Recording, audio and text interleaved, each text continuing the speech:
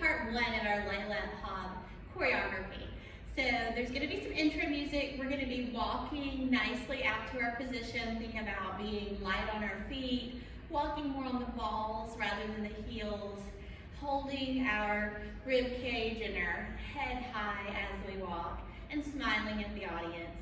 And according to where you're walking from and to, you're going to take a different amount of that music to get there. So you need to listen to the music a few times repeatedly so you kind of have an idea of how long you have to get to your position. If you get there earlier, you're just going to stand in position with your hands on your left hip, because left hip is turned towards the audience, right leg is the standing leg, left leg is the one that we're going to start doing some hip drops on.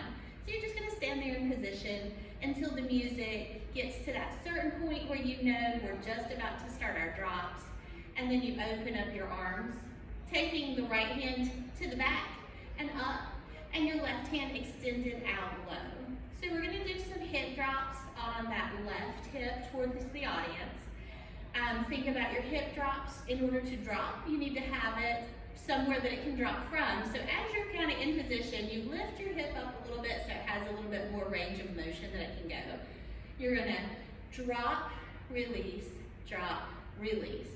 So that hip motion the whole time is just drop, drop, drop, drop.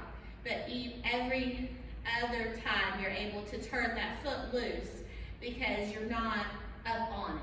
If you have your weight shifted over on it, you're not going to be able to turn it loose without getting off balance. So that first part of that, drop, release, drop, release.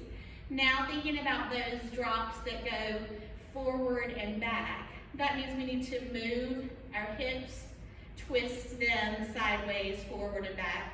So first we're going to go forward and drop, back and drop, forward and drop.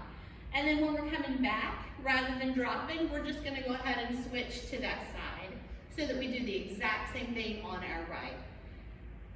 Drop, release, forward, forward, and this time the back is going to get you back centered up. Okay, so that's what our part one looks like with those very sharp beats that take us into the next combination.